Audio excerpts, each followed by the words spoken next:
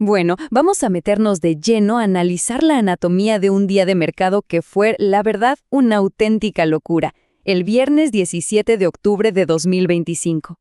Una jornada que arrancó con pánico total y terminó con una calma súper tensa, dejándonos a todos con la misma pregunta en la cabeza. Pero, ¿qué acaba de pasar? Miren, si una frase pudiera resumir el día, es esta.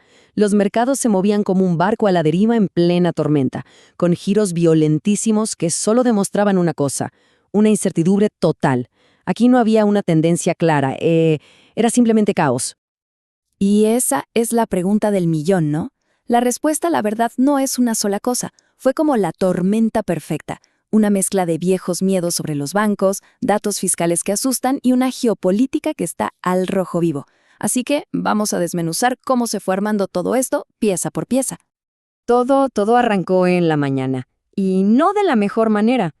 De repente fue como si los fantasmas de la crisis bancaria de 2023 volvieran a aparecer, desatando una ola de ventas masivas, sobre todo en el sector de los bancos regionales. Y para que nos demos una idea de la dimensión de esto, la caída fue brutal. El índice que sigue a estos bancos se desplomó un 6%, un número que, créanme, hizo sonar absolutamente todas las alarmas en Wall Street. No era una bajita más del montón, no. Esto se sentía como algo mucho más serio. El contagio fue rapidísimo. La chispa que encendió todo fue Zions Bancorp, que anunció pérdidas por unos préstamos que olían muy mal. Pero el pánico de verdad se desató cuando los inversores empezaron a pensar, oye, ¿y si otros bancos tienen el mismo problema con el mismo deudor? Y de repente ya no era el problema de un solo banco, sino una amenaza para todo el sistema. Y entonces, para rematar, aparece esta frase de Jamie Dimon, que fue como echarle gasolina al fuego. La analogía fue potentísima porque puso en palabras el miedo exacto del mercado, que los problemas que veíamos en Zions y Western Alliance eran solo la punta del iceberg de un problema de crédito mucho más grande y que no estábamos viendo. Justo cuando parecía que el día se iba al desastre total, cuando todo era rojo, de la nada, ¡pum!, un giro de 180 grados. Y lo más increíble de todo es que el empujón no vino de la Reserva Federal, ni de un dato económico bueno. Vino de la fuente más inesperada que se puedan imaginar. Este gráfico es la foto perfecta del día. Lo dice todo. Los futuros del S&P 500 venían en caída libre, llegando a perder hasta 70 puntos. Y de pronto, después de unas declaraciones de Donald Trump, no solo recuperan todo lo perdido, sino que se ponen en positivo. Un rebote de casi 100 puntos desde los mínimos del día. Impresionante. Y uno se pregunta, ¿qué fue lo que dijo para causar semejante reacción? Pues básicamente cambió radicalmente su tono hacia China. Admitió que esos aranceles altísimos no eran viables, confirmó una reunión clave con Xi Jinping y mandó un mensaje de calma. El mercado, que odia la incertidumbre, lo interpretó como una señal clarísima de que bajaban las tensiones y respiró. Fue un suspiro de alivio colectivo. Y esa reacción, claro, se vio en todos lados. Durante el pánico de la mañana, el dinero corría a refugiarse en el oro y en los bonos. Pero después de los comentarios, el movimiento fue exactamente el opuesto. El oro se desplomó, los bonos cayeron y todo ese capital volvió a toda velocidad hacia las acciones. Una estampida. Ahora bien, para entender por qué el mercado estaba tan frágil, tan al borde del precipicio, tenemos que dar un paso atrás y mirar la foto completa.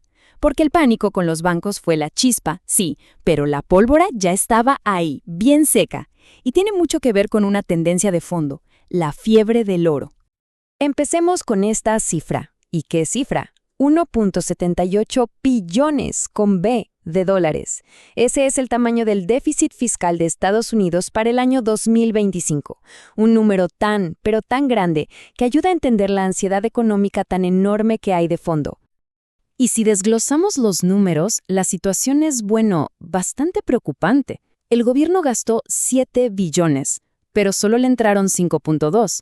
Y lo que es realmente alarmante es el costo de pagar la deuda. Ya se come más de 1.2 billones de dólares al año solo en intereses. ¡Una locura! Y aquí es donde se conectan todos los puntos. Frente a déficits de este tamaño y un gasto público que parece no tener fin, Muchísimos inversores están perdiendo la confianza en las monedas, como el dólar. Por eso se van a refugiar en el oro, que es el único activo que un gobierno no puede imprimir cuando se le antoja. Este gráfico es súper revelador. Miren cómo se reparte cada dólar que recauda el gobierno. Casi una cuarta parte, 23 centavos de cada dólar, se van directito a pagar los intereses de la deuda vieja. Es una porción gigante que no para de crecer y que le quita recursos a todo lo demás. Y esta es la prueba final de esa ansiedad. La cantidad de dinero que ha entrado en el oro ha roto todos los récords. No estamos hablando de una moda, ¿eh? Estamos hablando de un movimiento masivo de capital que está buscando protegerse de lo que ve como una gestión fiscal totalmente fuera de control. Entonces, ¿con qué nos quedamos después de este día de locos? Cerramos la jornada con los mercados más tranquilos, sí, pero es una calma que se siente frágil, casi artificial. Una calma, la verdad, que inquieta, como la calma que precede a la tormenta. Esta tabla es el resumen perfecto de esos bandazos erráticos de los que hablábamos al principio. El S&P 500 se hunde y luego vuela. El oro se dispara como refugio y después se desploma. Y el VIX, el famoso índice del miedo, pasa de niveles de pánico extremo a un alivio notable en apenas unas horas. Una montaña rusa. Y este es el punto clave de todo. Hoy se esquivó una crisis, sí, gracias a un giro político.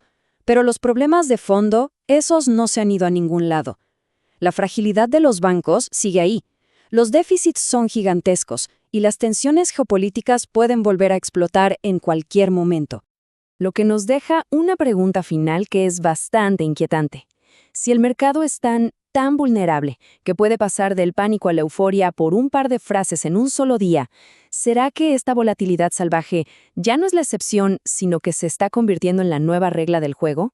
La respuesta, por ahora, queda en el aire. Este fue un informe de ARG Call Capital.